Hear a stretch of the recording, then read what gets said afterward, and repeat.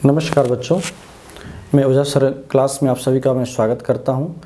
आज आपके सामने मैं चित्र से संबंधित क्लास 10th के बच्चों के लिए, न केवल क्लास 10th के लिए बल्कि जो बच्चे 8, 9, 10, 11, 12 में पढ़ते हैं उन सभी के लिए उपयोगी है चित्र देख करके लिखना। मैं उम्मीद करता हूं कि आप अपने परीक्षा की तैयारी, जो बोर्ड एग्ज़ाम आपको जो अगले महीने में होने जा रही है उसकी आप तैयारी कर रहे होंगे, तो उस परीक्षा की तैयारी आप अच्छे से करें। और इसी क्रम में जो आपके सिलेबस में दिया गया है सीबीएसई और जो झारखंड बोर्ड के जो बच्चे हैं वो सभी इस टॉपिक को अच्छी तरह से तैयारी करें ताकि उसके लिए आपको उपयोगी है ये। चलिए तो शुरू करते हैं।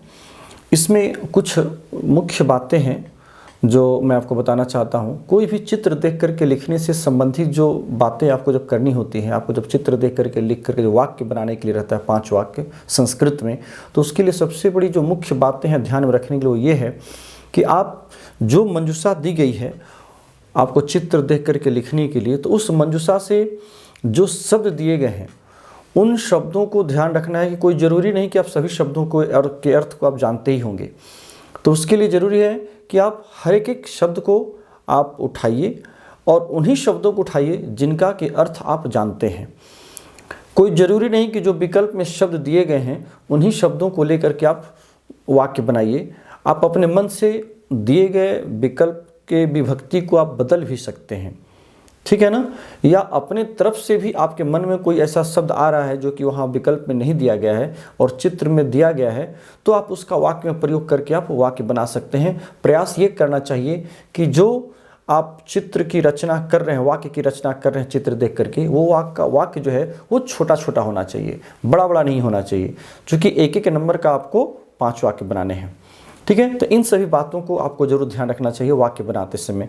जैसे कि उदाहरण के लिए सीबीएसई के द्वारा जारी किया गया जो मॉडल सेट है, मैं उसके लिए मैं तीसरा क्वेश्चन में आपके सामने मैं सॉल्व करने जा रहा हूँ। इससे पहले हम लोग 2 क्वेश्चन को देख चुके थे हम लोग। तीसरा में इसमें दिया हुआ कि प्रदत्त चित्रम दृष्ट्वा मंजूषायाम प्रदत्तानाम सहायता पंचवाक्यानि संस्कृत में लिखता 5 नंबर का ये 5 मार्क्स का क्वेश्चन है। यहाँ पर देखिए जो चित्र दिया गया है, अब सामान्यतः आप अपने से यदि ये देखें तो यहाँ पर एक फर्स्ट नज़र में आपको क्या पता चलता कि ये जो चित्र दिया गया है ये चित्र किस चीज़ से रिलेटेड है। तो आपको देखने से पता चलता है कि ये जो चित्र वास्तव में यातायात के जो नियम हैं उससे संबंधित है। यहाँ पर एक बच्चा बाइक चला रहा है ना, मोटरसाइकिल चला रहा है जो कि बिना हेलमेट का है।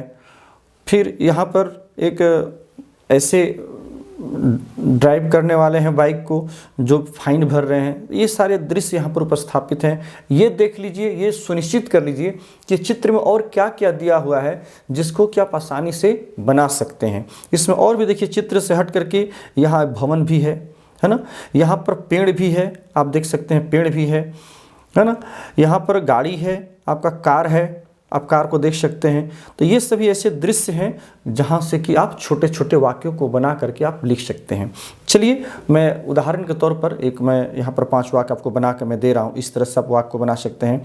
पहले ये देना चाहिए कि वास्तव में ये जो चित्र है वो किस चीज़ से रिलेटेड है, ठीक है ना। तो यहाँ पर आप इसको लिख सकते हैं। यहाँ पर देखिए नीचे मंजूषा दी गई है, शिरस्त्रणाय दंड शुल्कम आरक्षक सुरक्षा यही धारित्वा दुर्घटना यही निर्बाधम आमंत्रणम शुल्क प्राप्ति पत्र मोटरसाइकिल चालक आत्मरक्षा यही। ये सारे शब्दों को देखने से आपको पता चलता है कि सारे के सारे शब्द जो है यातायात के नियम से संबंधित है। तो चलिए हम इसके वाक्य को लिखना, जहाँ यहाँ जगह दिया हुआ है मैं इसी का मैं प्रयोग कर रहा हूँ। पहला यदि आप वाक्य बनाइएगा तो ये दे सकते हैं कि चित्रम अथवा इदम चित्रम, है ना, यह चित्र किस चीज़ का है। इदम चित्रम यातायातस्य यातायात का है, यातायातस्य अस्ति। एकदम प्रयास करें कि छोटा से छोटा आप वाक्य बनाएं। यह चित्र जो है यातायात का है। अब देखिए इस चित्र में दूसरा यदि आप वाक्य बनाइए तो दूसरा वाक्य आप क्या बना सकते हैं। अत्र एकदम प्रयास करें कि छोटा से छोटा वाक्य बनाएं। ज़्यादा आप लंबे वाक्य बनाएंगे तो उसमें गलती होने की संभावना बहुत अत्यधिक होती है। अत्र एकः, है ना, यहाँ से आप उठा सकते हैं। देखिए आरक्षक आया है, अत्र एकः आरक्षकः अस्ति, यहाँ पर एक पुलिस है, आरक्षक कहते हैं पुलिस को। अत्र एकः आरक्षकः अस्ति, यहाँ एक आरक्षक है, ठीक है। फिर 2 वाक्य हो गए, आपको 5 ही वाक्य बनाने हैं। तीसरा वाक्य यदि आप देखिए, अत्र मतलब यहाँ, मतलब इस चित्र में अत्र मोटरसाइकिल चालक, यहाँ देख सकते हैं अत्र मोटरसाइकिल चालक, इसी शब्द को यदि लेते हैं और छोटा कैसे बनाया जाए इसे आप देखिए। अत्र मोटरसाइकिल चालकः दंड शुल्कम यच्छति, दंड शुल्क दे रहा है ना, दंड शुल्कम यच्छति, यच्छति मतलब देता है। कुछ कुछ शब्दों को आपको अपने मन से जोड़ना होता है, जैसे स्पेशली से क्रिया की बात करें तो क्रिया को अपने मन से आपको देना होगा। थोड़ा सा जो बच्चे 10th में पढ़ रहे हैं जनरली वो शब्द रूप धातु रूप का प्रयोग वो छोड़ देते हैं, चूँकि 9 में पढ़ना होता है, 10th में नहीं पढ़ना होता है, लेकिन चूँकि इनका प्रयोग यहाँ ज़्यादा होता है इसलिए इसे देखना जरूरी है। तो इसका अर्थ हो गया, यहाँ मोटरसाइकिल चालक जो है वो क्या कर रहा है, दंड शुल्कम यच्छति, वो फाइन दे रहा है, ठीक है ना। किसको दे रहा है, आरक्षक को दे रहा है। तो ये तीसरा वाक्य हो गया। इसी प्रकार से फिर 4th देख सकते हैं।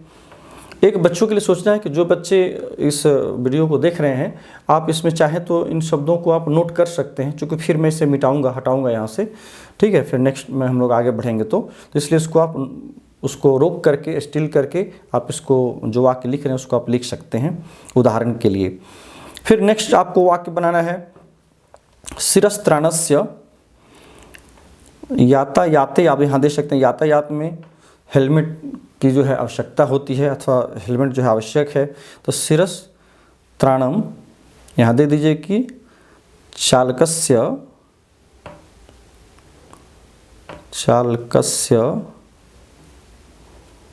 पार्श्वे, चालक के पास में पार्श्वे, शिरस्त्राणम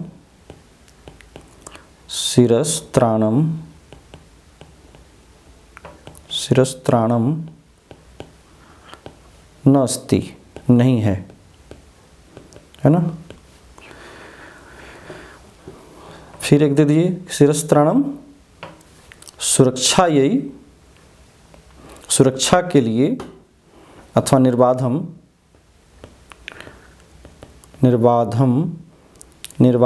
सुरक्षायै, निर्बाध सुरक्षा के लिए।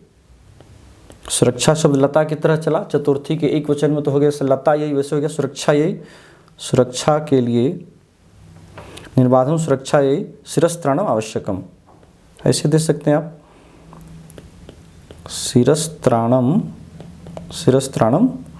आवश्यकम, शिरस्त्राण जो है मतलब हेलमेट आवश्यक है। तो इस प्रकार से आप 4 वाक्य देने हैं, एक वाक्य और आप बना सकते हैं। ये देखिए ये 5वां वाक्य हो गया है ना, ये 5। तो इस तरह से आप 5 वाक्य का निर्माण करके आप 5 या 5 वाक्य आप बना सकते हैं।